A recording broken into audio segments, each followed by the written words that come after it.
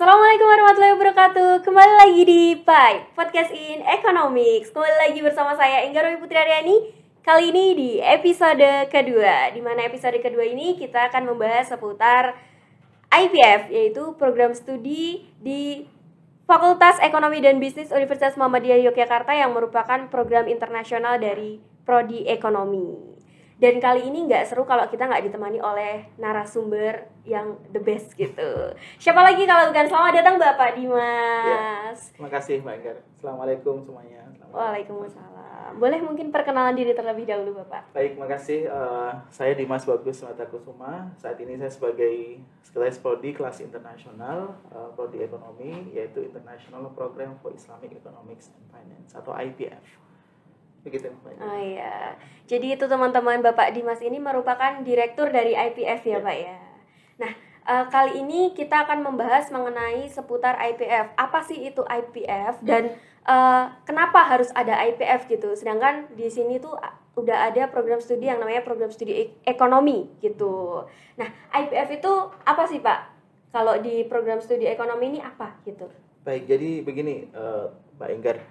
Jadi Prodi Ekonomi ini kan memiliki sebuah visi misi sebagai program studi yang unggul Islami. Yang kedua juga mudah mendunia. Yeah. Nah, sehingga untuk bisa mencapai itu, maka Prodi Ekonomi itu memerlukan sebuah wahana atau lingkungan yang mengarah ke sana. Yeah. Nah, salah satunya adalah dengan cara menyediakan sebuah kelas khusus di mana mahasiswanya itu diarahkan untuk ke sana. Yang pertama, yang kedua adalah kita melihat di luar sana itu sudah globalisasi, kemudian internasionalisasi, bahkan juga perkembangan dunia yang sangat pesat, sehingga kemudian mahasiswa itu perlu dibekali dengan kompetensi yang tidak hanya nasional atau melokal, tapi juga mengglobal. Nah, sehingga di kelas IPF atau International Program for Islamic Economics and Finance, mahasiswa ini akan disiapkan tidak hanya dari sisi akademik, tapi juga dari sisi penguasaan bahasa asing. Oh iya, gitu. Sekali. Ya. Kalau di IPF itu perbedaannya dengan program internasional di program lain tuh apa Pak? Kan UMY kan banyak sekali ya Pak ya program internasional. Nah itu perbedaannya gimana Pak? Yang pertama, kita di UMY itu ada 8 kelas internasional. Iya. Jadi 3 diantaranya di FEB dan 1 diantaranya adalah di IPF Ekonomi, Prodi Ekonomi. Nah, kita dari 2020 hingga tahun 2021, IPF ini atau kelas internasional ekonomi ini oleh UMY, oleh Pak Rektor, itu dianugerahi sebagai kelas internasional terbaik. Wah, Masya Allah. Di UMY. Jadi dari 8 tadi, itu jadi kelas internasional terbaik. Indikatornya adalah yang pertama dari kegiatan yang mungkin dianggap variatif dan juga sangat beragam. Yang kedua dari sisi bagaimana alokasi manajemen keuangannya. Gitu. Nah, sehingga dari situ itu yang pertama. Yang kedua adalah kelas IPF ini dibanding yang lain, dia mencoba untuk mempersiapkan mahasiswa itu sejak dini sudah go internasional, Mbak Enggar. Soalnya begini, kalau Mbak Enggar masuk kelas internasional, di 1 minggu pertama, saya minta Mbak Enggar untuk buat paspor. Jadi syarat untuk jadi mahasiswa internasional punya paspor. Itu kita fasilitasi, Mbak. Bahkan mahasiswa itu wajib ain ketika seminggu pertama sebagai kelas internasional. Lalu yang kedua adalah adanya intensif bahasa asing. Jadi bahasa asing ini dari semester 1 sampai semester 6, 1 minggu 3 kali itu intensif. Bahasa asing. Bahasa Inggris, bahasa asing. Kemudian selama 2 kali 1 semester ada kelas TOEFL. Tes TOEFL. Iya. Jadi, dan itu pun berbeda ya Pak ya. Kalau reguler kan minimal hanya 450. Iya, skornya ini 500. 500. Jadi sebelum 500 mahasiswa kelas internasional nggak bisa lulus. Gitu. Dan nanti di semester 7 nanti mereka wajib mengikuti tes namanya ITP TOEFL, International Testing Program.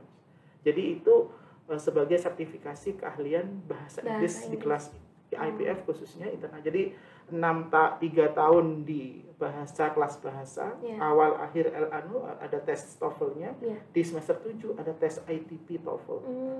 gitu. Jadi untuk mensertified kemampuan bahasa asingnya. Masya Gitu. Allah, Itu luar yang biasa. yang apa ya, mungkin salah satu di antara sedikit mungkin Perbedaan keunikan, dari yang lain. dari kelas di prodi ekonomi. Oh, Masya Allah. Kalau bicara yang terbaik nih Pak, kalau akreditasi sendiri dari IPF tuh gimana Pak sekarang posisinya? Jadi gini ya, untuk akreditasi kan IPF ini kan bagian dari prodi ekonomi. Iya, benar Jadi sekali.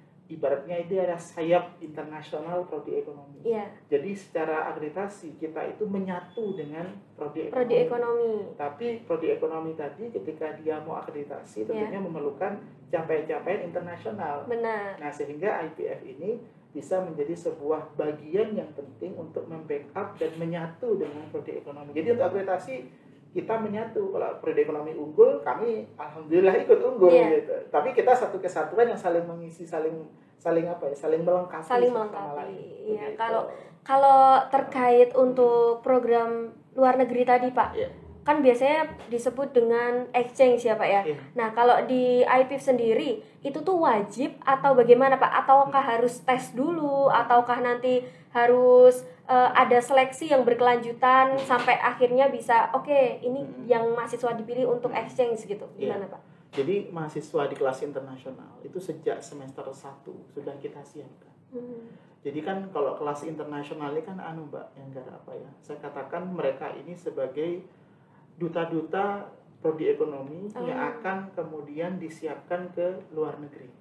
Makanya kemudian ketika di semester 1 mereka sudah harus buat paspor, sudah mulai di-improve dan kemudian didorong bahasa asingnya untuk mencapai level minimal 500. Jadi orientasinya bukan lagi orientasi lulus sidang skripsi, tapi sudah sejak di awal memang dipastikan mereka sudah qualified untuk bisa mengikuti program pertukaran.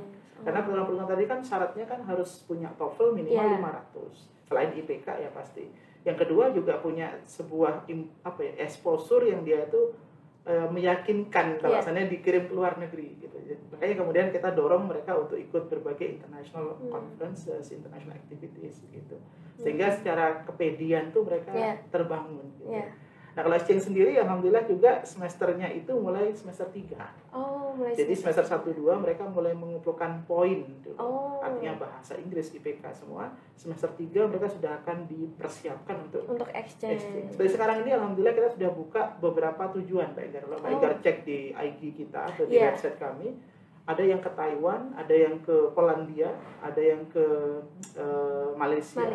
Dan mereka semua itu memang mensyaratkan minimal TOEFL 500 untuk semester 3 minimal. Sampai maksimal bisa semester 6, bisa 7 juga bisa.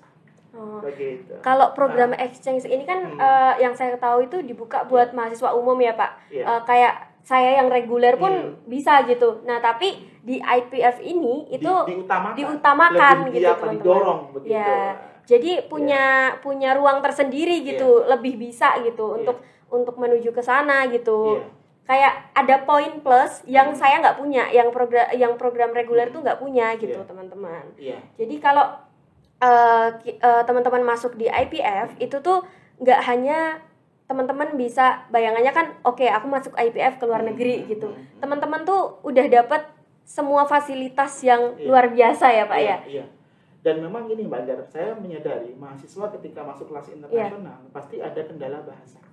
Pasti kalau nggak bahasa mereka kekhawatiran tentang konten. Karena kan tantangan di kelas internasional ada 2, konten dan bahasa.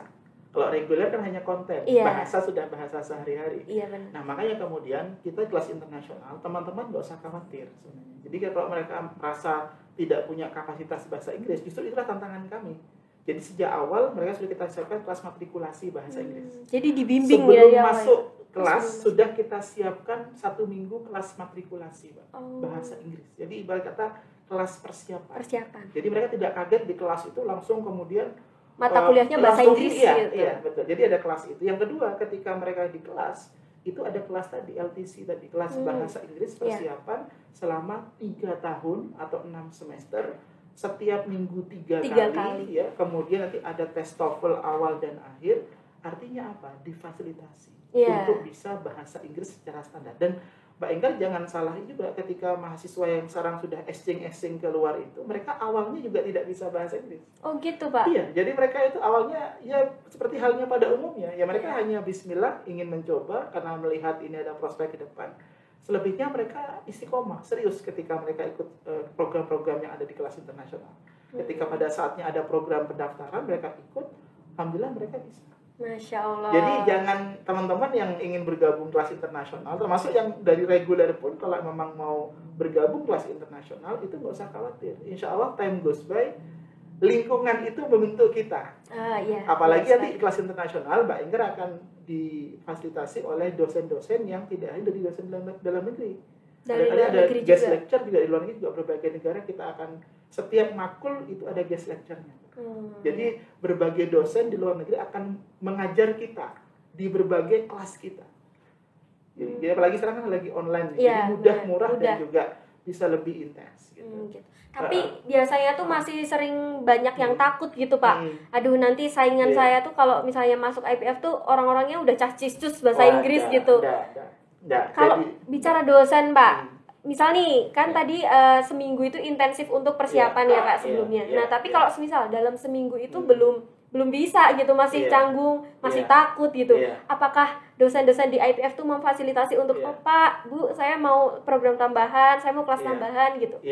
Jadi makanya tadi di kelas mereka sudah kuliah, ada yang kelas bahasa Inggris tadi. Jadi kelas LTC. Bahasa Inggris LTC itu tujuannya untuk membuat mereka tadi yang masih lebih merasa paham kurang, lagi. lebih paham lagi. Dan itu 3 kali seminggu dan durasinya 2 jam.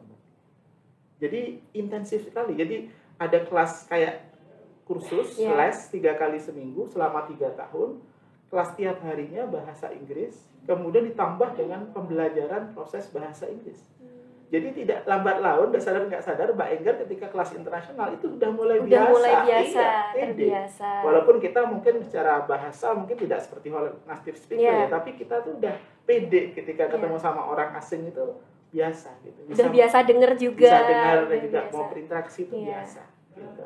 Kalau bicara fasilitas nih Pak, kalau di program ekonomi kan fasilitasnya luar biasa ya Pak. Nah apalagi ini di IPF gitu, fasilitasnya bagaimana Pak kalau di IPF? Jadi fasilitas itu kalau kita bagi menjadi fasilitas yang fisik dan non fisik ya. Kalau fasilitas fisik kita tentunya dari gedung, dari tenaga pengajar, dari mungkin environment, saya kira sudah standar internasional. Artinya dari segi pengajar kita itu punya dosen-dosen, Mbak Enggar jangan salah, itu dari alumni kampus-kampus luar negeri. Dalam negeri pun juga kampusnya juga 10 terbaik. Artinya dari segi kualifikasi dosen mereka punya exposure luar negeri yang qualified sebagai pengajar. Pas yang kedua mereka sudah hampir sebagian besar itu S3 Mas. Masya Allah. Sudah S3. Jadi dosen prodi kita ekonomi ini sebagian besar sudah S3. Nggak perlu diragukan lagi ya, artinya secara kompetensi itu sudah memiliki kualifikasi. Itu yang dari segi dosen dan background akademik. Dari sisi yang non akademik ya, di IPF ini mereka itu ketika sudah akan selesai itu kita fasilitasi dengan namanya uji sertifikasi profesi. Bagaimana tuh Pak? Jadi mereka itu tidak hanya pulang membawa ijazah ketika selesai program kelas internasional, tapi juga ada namanya sertifikasi keahlian keuangan atau ekonomi. Jadi itu ada ujiannya Mbak di semester 7 dan 8 atau 8. Kita fasilitasi mereka, ada pelatihannya, ada ujiannya, dan ketika mereka lulus mereka nanti dapat sertifikat BNSP, Badan Sertifikasi Nasional Profesi yang ada Bank Garudanya itu. Yang pertama, yang kedua adalah mereka akan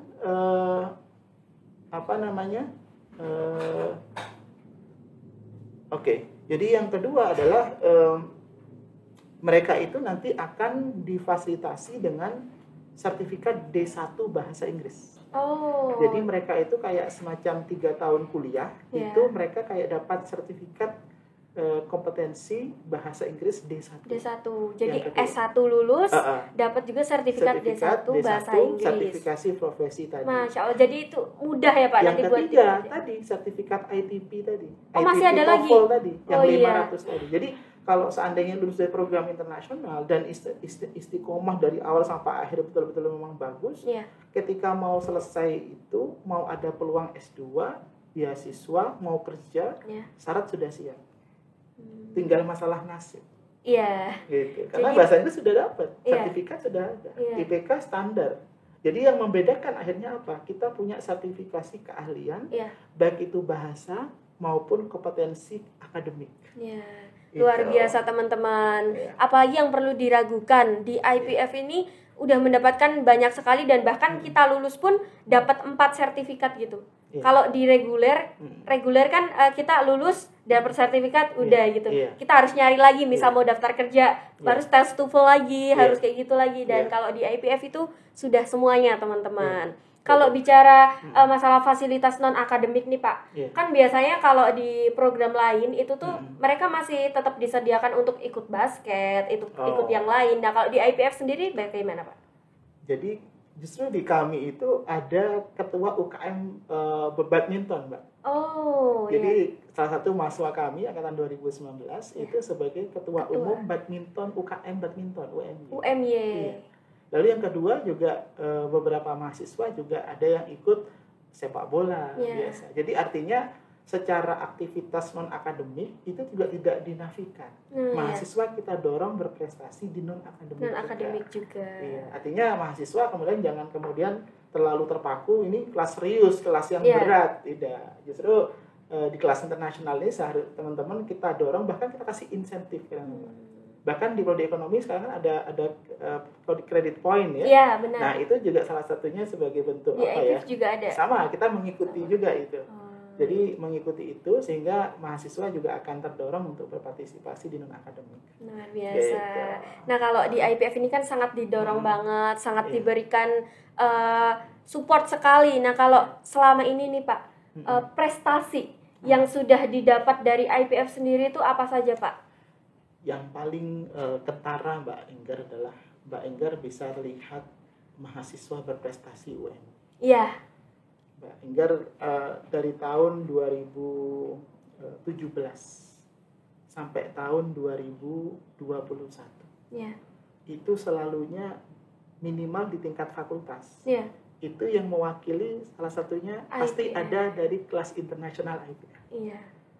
Saya tidak akan sebut tapi bisa di cross check dari angkatan 2015, angkatan 2016, 17, 18, 19, 20 kemarin itu dari ekonomi itu yang mewakili kelas internasional. Iya, benar. Jadi padahal Mawapres itu kan sejatinya dia mengakumulasi semua portofolio prestasi akademik, non akademik, IPK, bahasa Inggris, paper. Iya. Artinya itu sudah menjadi standar dikti ya untuk menjadi Mawapres itu syaratnya sangat ketat. Nah, artinya apa? Berarti dalam proses akademik di kelas internasional itu memang sudah diarahkan untuk disiapkan semuanya untuk bisa mengarah ke Mawapres. Memang karena memang kuotanya sedikit tidak semua bisa ikut. Tapi secara kualifikasi memang kita arahkan semua ke sana. Jadi di IPF ini nggak ada yang terbatas sama sekali ya Pak ya. Tergantung mahasiswanya sekarang. Tergantung mahasiswanya. Gitu. Mau apa enggak gitu. Betul. Bebas. Jadi mau ikut UKM apapun, mau ikut kegiatan apapun bebas. Yang penting tetap harus ngikutin mata kuliah yang ada di IPF gitu teman-teman. Betul. Nah, kalau untuk sekarang kan IPF kan mengikuti juga perkembangan yang namanya pandemi ya Pak. Nah, itu bagaimana Pak? Apa saja perubahan-perubahan yang menyebabkan berdampak gitu pada mahasiswanya? Pastinya mahasiswa banyak yang di rumah. Pasti. Kemudian yang kedua, mahasiswa banyak yang mengalami penurunan ekonomi keluarganya. Nah, ini dua hal ini saja. Nah, sehingga kemudian di kelas internasional kami berusaha untuk juga mengakomodasi itu. Misalkan mahasiswa kemarin kita fasilitasi pembayarannya bisa secara angsuran. Tapi tentunya bukan otoritas kami juga berkoordinasi dengan fakultas, universitas, tapi artinya bisa diberikan kompensasi kemudahan-kemudahan. Dari sisi yang di rumah juga sama, kita punya MyClass dan juga punya online platform yang sangat luar biasa, sehingga tidak ada masalah sedang ini. Jadi artinya pandemik ini sebenarnya justru mahasiswa itu, justru Mbak Enggar ketika pandemik itu prestasi juga lumayan aktif. Yang paling ketara itu mahasiswa exchange loh sebenarnya. Jadi walaupun kondisi pandemik, exchange itu walaupun online itu banyak loh Mbak. Jadi kemarin di periode kemarin di tahun 2020 ketika pandemi, kita tuh mengirimkan mahasiswa exchange online itu hampir 30, Mbak. Masya Allah. Dan yang 2021 kemarin juga 30 juga. Itu Online. prosesnya bagaimana Pak? Apakah secara kelasnya online atau gimana? Iya, betul. Jadi Online. kita memanfaatkan dari UMY punya Iya. MyClass, dan juga kita punya partner university di luar negeri. Jadi mereka juga menggunakan platform online yang sama dengan Iya. kita. Jadi dan mahasiswa tidak dirugikan, Mbak Enggar. Jadi ketika mereka ikut online, Iya. jadi mata kuliah mereka di exchange ke mata kuliah di UMY, UMY. di prodi ekonomi. Jadi tidak perlu Mbak Enggar kemudian merasa dirugikan karena saya di sini nggak ngambil, saya ngulang lagi, enggak. Oh iya. Jadi di sini, di sana jalan, di sini juga jalan. jalan. Jadi Gitu. tidak ada resiko. Oh. Tapi memang kita buat perjanjian di awal karena ini sebagai duta kampus. Iya. Ketika Mbak exchange keluar, maka nilai minimalnya adalah B. Oh, iya. Dan kita kasih insentif, Mbak, monetary insentif bagi teman-teman yang mau exchange online. Sebagai bentuk apa ya? Apresiasi kita, mereka mau meluangkan waktu. Iya. Gitu. Jadi di sana jalan, di sini jalan, dan tidak ada yang dirugikan, dan akhirnya mereka lulus juga dengan pengalaman pernah kuliah walaupun online ya di luar Iya. negeri gitu. Kalau bicara exchange lagi nih Pak, Iya. kadang masih orang-orang awam tuh masih berpikirnya kalau aku masuk di IPF mau exchange harus punya biaya sendiri, harus mempersiapkan biaya yang banyak lagi, harus mempersiapkan semuanya sendiri gitu Iya. loh Pak. Nah itu bagaimana Pak sebenarnya? Jadi gini ya, untuk exchange ini banyak yang sekalian saya juga ingin meluruskan. Ini Iya. pun juga ada tawaran exchange secara offline di semester depan. Oh iya. Ini juga untuk teman-teman mahasiswa yang lain juga. Jadi ketika Mbak Enggar ikut exchange, Mbak Enggar itu kalau bayar uang kuliah kan banyak komponen. Iya. Ada SPP, DPP, juga ada mungkin apa uang UKM, apalah banyak sekali elemen-elemennya. Tapi ketika Mbak ikut program exchange secara offline, kalau online tidak ada yang berbeda. Tapi kalau offline, maka Mbak Enggar hanya membayar 3 komponen. Apa aja tuh Pak? Asuransi, Iya. kemudian registrasi, Iya. sama DPP saja. Oh, berarti SPP udah enggak ya Pak? Selain itu, insya Allah UMY sudah memberikan. Kalau saya di kelas internasional, DPP kan sekitar 2,5. Iya. Kemudian registrasinya mungkin 250 lebih kurang. Lalu untuk asuransinya mungkin berapa? 300 atau berapa? 300 kurang lebih Nah, Pak. jadi 300 tambah 250 tambah 2,5. Jadi Iya. yang dibayar ketika exchange itu lebih kurang 3 juta. Untuk biaya kesananya? Ketika nanti di kampus asal, Iya. kampus tujuan, ketika sudah sampai di sana, karena sudah ada kerja sama UMY, Iya. maka tidak dikenakan biaya di sana. Free. Luar biasa. Hanya mungkin sesekali asrama. Oh, Asrama pun iya. juga kadang-kadang ada subsidi daripada kampus tujuan. Iya. Jadi mahasiswa hanya dikenakan biaya transport pesawat, Iya. biaya hidup karena kembali ke Iya. style masing-masing. Iya. Ya selebihnya transportasi. Nah, itu dia Gitu. teman-teman. Jadi ini yang saya kira kalau teman-teman paham ini, Iya. dan di sana pun makulnya tidak harus banyak, Pak Enggar. Misalkan Oh, Mbak bisa Enggar milih sendiri. milih sendiri, dan Oh. nanti konversinya kan kosong dengan kami nanti di prodi Oh, kan. iya. Jadi mau ngambil 1 boleh, 2 boleh, 3 maksimal 4. Oh, maksimal 4. Jadi kalau mau 1 pun boleh. Selebihnya gimana, Pak? Kalau ada 8 makul 1 semester, satunya diambil di kampus sana, 7-nya di sini, kan kita punya MyClass. Iya. Jadi sana jalan, sini juga jalan. Tetap Betul. kuliah juga di Tetap sana kuliah. gitu. Jadi esensi exchange itu sebenarnya bukan kepada kita itu ingin apa ya, belajar secara lebih intens, tidak, tapi dalam rangka experience juga. Iya. Jadi kita bisa menyelami budaya di sana, gaya hidup di sana, style mahasiswa di sana. Iya. Yang paling penting adalah kita punya jaringan. Iya, Punya benar, jaringan relasi baru, teman-teman baru, dosen-dosen baru. Iya.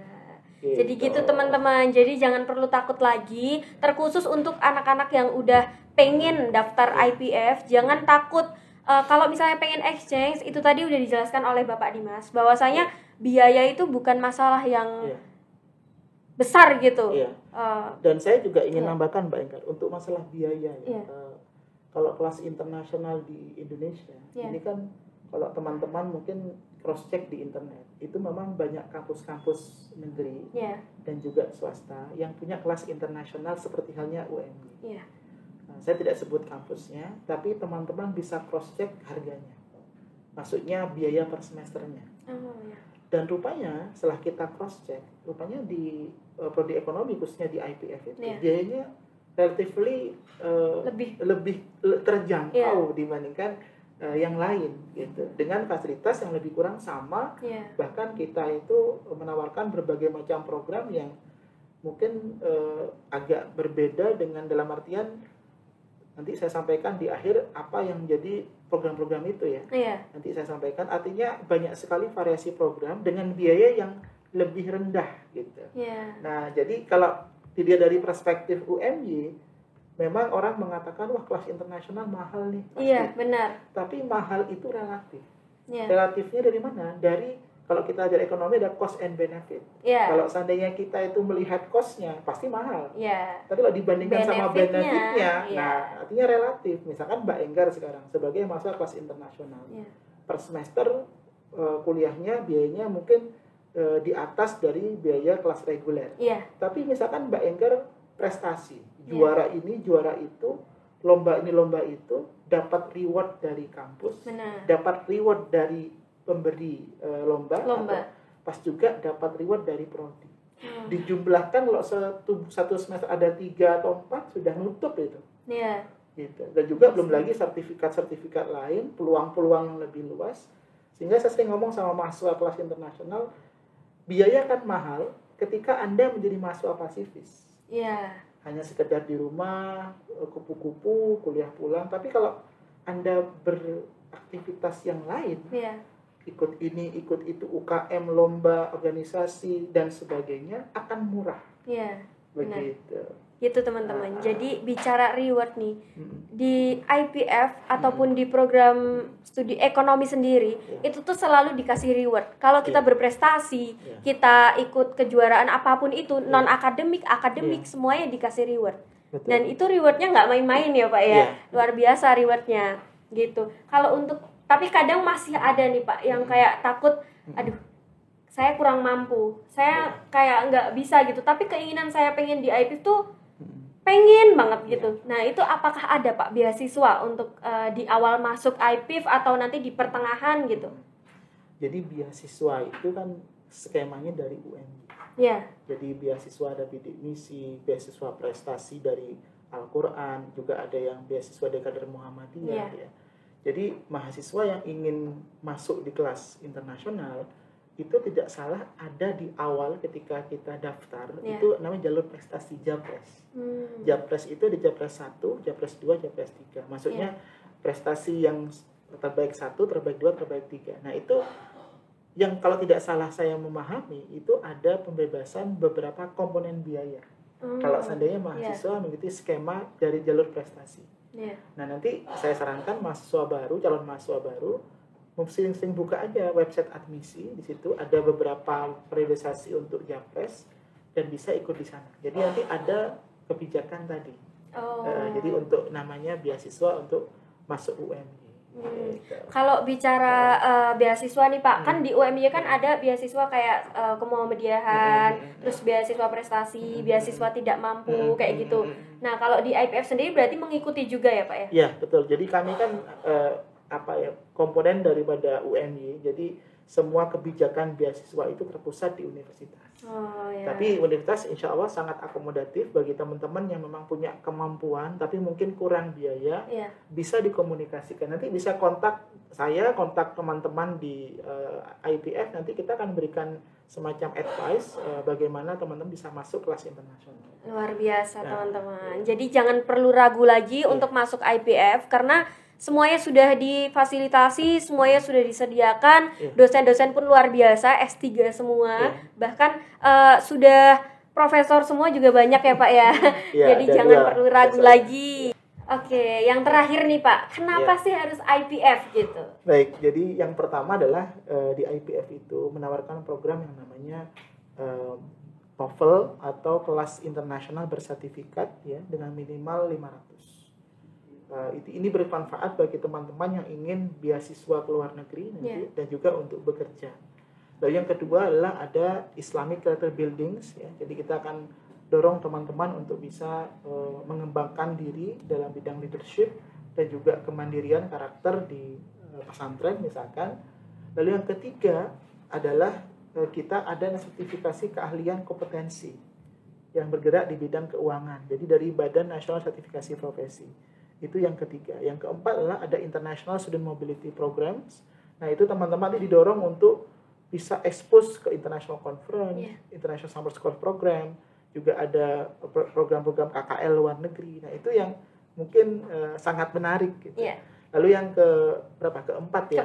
Yang keempat adalah ada International Staff Exchange. Jadi teman-teman akan dihadapkan dengan berbagai dosen dalam kuliahnya, tidak hanya dari dosen internal.